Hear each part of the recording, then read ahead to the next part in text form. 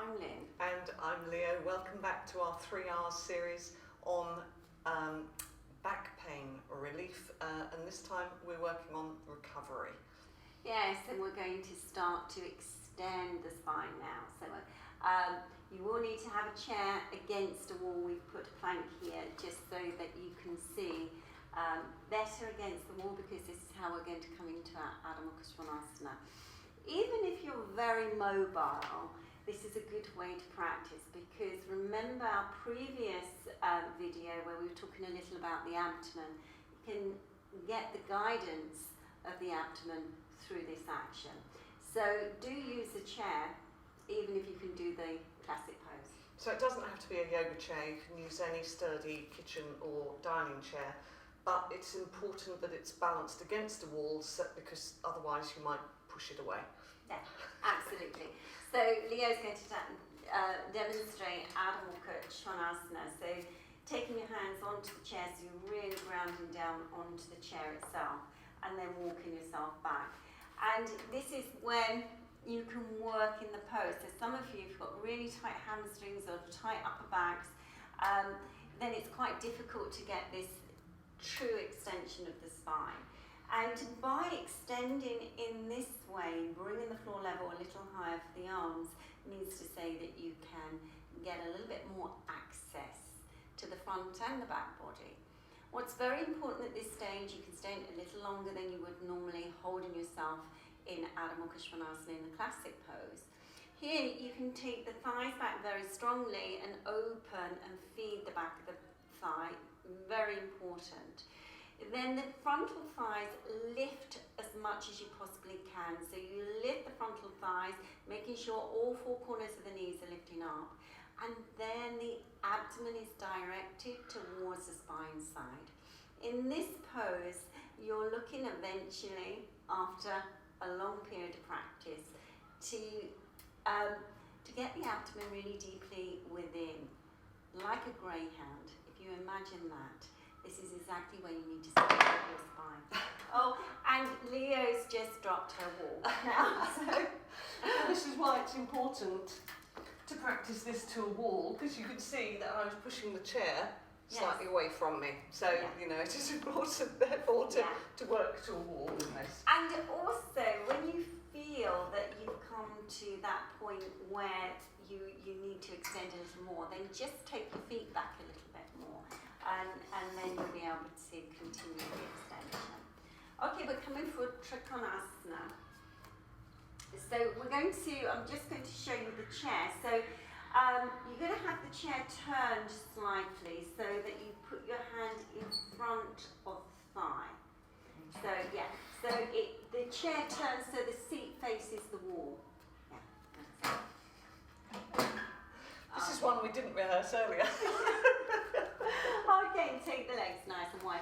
You can see here that the mat's a little bit away from the wall. You need to put the mat to the wall. Yeah, we're not moving our mat, but we would, you need to do that. That's great. So turning the feet for Trikonasana, so your left foot in, your right foot out. And this chair needs to come right towards the thigh, like this. Yeah. Okay, pulling up the kneecaps and thighs. Now what's really key here, because you're against the wall, what I want you to practice is this rotation, because when you bend the leg, there's a softness in the groin.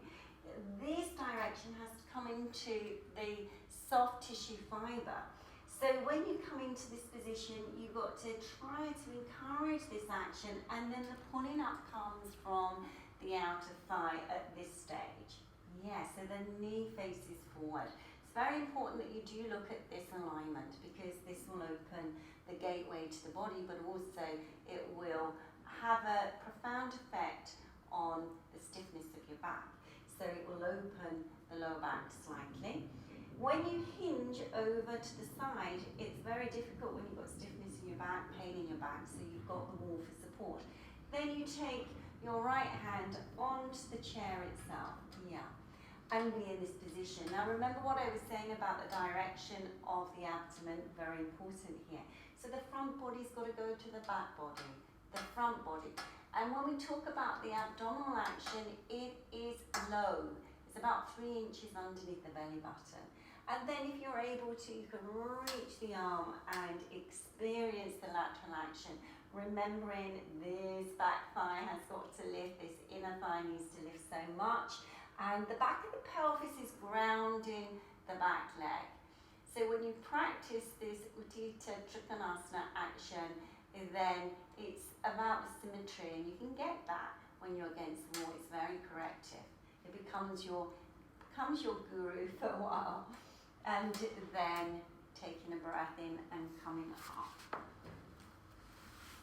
So of course you can practice this both ways. So we're going to just even Leo up a little so she doesn't go all lopsided. That's great. So again, taking the legs nice and wide. You can see the back foot is slightly turned in, the inner ankle needs to lift, and the lift of the inner knees, inner thighs need to come. So if you find it very difficult to get that sensitivity at this moment in time, then do practice it. This is a long-term investment that needs, it is repetition. So you have to continue to make changes, and it takes a little while.